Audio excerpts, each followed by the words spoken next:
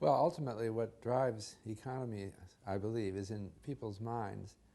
And for an economy to prosper, people have to have a sense that the system is working right, that the institutions are there to protect them and their ability to do business. They have to have just genuine faith that other people who are making business deals with them are doing it in good faith. And that, yeah, just that we have an economy that works. And the problem is that in the current crisis, many people are concluding that we have an economy that doesn't work, and so I'm not going to be venturesome. I'm not going to either spend more money on new plant and equipment, or I'm not going to spend new money on a new kitchen or a new car. Why was the bust so damaging? The first reason this bust had such a widespread effect was that it was tied to housing wealth, which accounts for the largest portion of all our wealth. Therefore, a downturn in the real estate market has great repercussions for the broader economy. In America, 69% of families own their homes. So when house prices started dropping, millions of Americans immediately saw a drop in wealth. The second reason was that so much of the risk in the housing market was concentrated in our financial sector. My impression, at least, was, banks were involved in originating mortgages, then they bundled them, packaged them off, and I guess in my mind I had some idea that a lot of these mortgages were being sold to pension funds, to guys in Norway, et cetera, et cetera. Now, on the one hand, that was cast as kind of a bad part of the thing. We're chopping this up, we're selling it to naive people. If that had been the whole story, we'd have been in a much better off situation than we are now, because the risk would have been kind of spread. So if you think of, for example, the internet bubble, the dot-com bubble, the total collapse of the NASDAQ in 2000, 2001 was bigger in dollar terms. It didn't bring down the economy because it wasn't sort of concentrated. All those losses were not concentrated on the balance sheets of a handful of big banks. They were kind of everywhere, so everybody took a little bit of a hit, and it was spread out. Here, I think the surprise was how much of the housing risk ended up, Lehman, Citibank, UBS, places like that.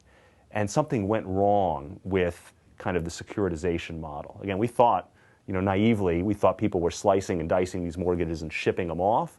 They were slicing and dicing and actually keeping a lot for themselves. Many of these banks had been issuing large amounts of debt to finance mortgage-backed securities, betting that house prices would never fall. And because they had been using so much leverage, when house prices did fall, they had no way to repay their debt. I mean, the leverage, the excessive debt of these companies, I mean, they built houses of cards, essentially. And that works as long as, you're continuing to bring in income and the assets keep rising in price. As soon as the assets started to decline in price, there was no way they could make margin calls. And so that's why you saw a Bear Stearns, a bank that has been healthy for 50 years, or a Lehman Brothers that had been healthy for 100 years, within literally 48 hours go out of business because they had built this house of cards, and once you took one of the cards out of the deck, the whole thing collapsed. The third reason was that these defaulting subprime mortgages, which were packaged and repackaged, got lost in the mix. Financial institutions around the world began to fear that their credit partners might be carrying these toxic assets, so everyone stopped trading. One way to think of it is it's like why, when there was a bad batch of beef, they had to recall millions and millions of pounds. The reason was the one bad batch of beef got ground up and distributed across all this other beef, and then you don't know where it is, so you have to call back all the beef. That's what's happened here. You have subprime mortgages that were securitized, that were put in these baskets. The baskets were divided up and put into other baskets, and it was sent around the world, but we can't recall it like the beef because we don't know where it went. And everybody suspects that everybody else has it. An investment bank, a brokerage house, most financial institutions of that type have to borrow and lend all the time. I mean, if you can think of them as they buy an asset from you and then they sell it. Yes, they're a broker, and supposedly they're going to match this, but nothing matches instantly. And so, in fact, there's billions of dollars of credit going on every single day. And as soon as one of the parties doesn't trust that the other party can actually pay it off in a few days because maybe they'll go bankrupt in between, then nobody wants to do business and the credit markets freeze. These factors worked in unison to create a perfect storm for economic disaster. As the crisis unfolded, municipal governments across the nation who had invested in mortgage-backed securities found themselves battling budget deficits.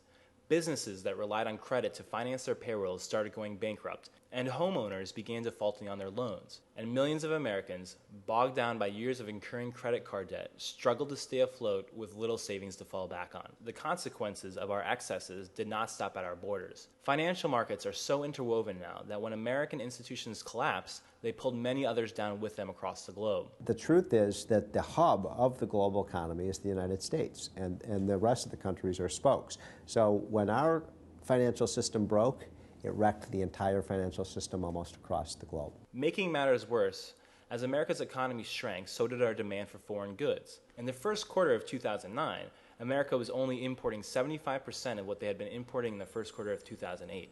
What we've seen in foreign markets, from Europe to emerging markets to Asia, is they have suffered even bigger losses in some cases than the U.S. has. It's just very difficult for a country like China or a country like India, where half of their exports virtually are going to the United States. How can they grow if the American economy isn't growing? We can't put all the blame of the global recession on America because there were many other housing bubbles mimicking our own across the globe, and other foreign financial institutions were conducting business in the same manner as we were. But the majority of the blame does fall on America, and this was clearly an example that when America sneezes, the rest of the world catches a cold. Many people ask, why didn't our policymakers act to help prevent this crisis? There were clear warning signs, and by 2005, many economists were actually talking about there being a bubble in the housing market. If you go back 3 or 5 years, lots of people were talking about a bubble in the housing market. You read about it in the newspaper all the time. The issue was that nobody thought it was serious. You know, these writers, they come up with all this nonsense. But I believe in America and a strong economy, and that kind of thinking won out. Goes back to just the American political system, where, you know, they sit on the House or Senate Banking Committee, and, you know, they have oversight over the mortgage industry, Fannie, Freddie, whoever, banks. And at the same time, they're getting a lot of donations from the businesses they oversee. You had these institutions, Fannie Mae and Freddie Mac, which are in the business of securitizing these loans and these mortgages. They're half private, half public institutions. They had these enormous foundations that were giving out money, doling out money to almost everybody in town. Everybody in town was bought off by Fannie Mae and Freddie Mac, and you know, it worked great. They had big profits. Everybody was happy. They'd ladle out some money to you and me and to this congressman.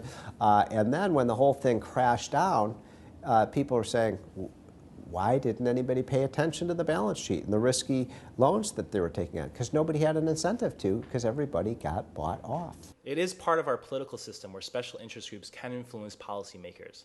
And in an environment where millions of Americans seem to be benefiting from the boom, it is no wonder that our politicians sat on the sideline. You know, among politicians, they like to flatter their electorate. You don't get elected by telling the people that, you know, you're making a big mistake. Every senator and every congressman has realtors, mortgage brokers, bankers, and builders in their districts. It is a very grassroots, well-organized industry meant to further its own aims, and our Congress has done whatever it can to protect it. There was a real effort a couple of years ago to crack down on the state level to prevent lenders from making loans 5% over the going Treasury rate, about charging you know, extra fees and points and insurance and forced place insurance. This is on the state level. And these efforts got beat back by the lobbyists of the mortgage industry in Wall Street and the banking industry. You know, on the federal level, there was no such effort. I mean, they didn't see a crisis coming, from what I could tell. It is clear now that the economic bubble inflating through most of the first decade of the 2000s was being blown up from a variety of forces. Massive amounts of money was being infused into capital markets from all over the world. Our general sheepish behavior took that influx of money and played with it like it was never going to stop coming. And all the way we had a complacent regulatory body. And just like teenagers with complacent parents, we went wild.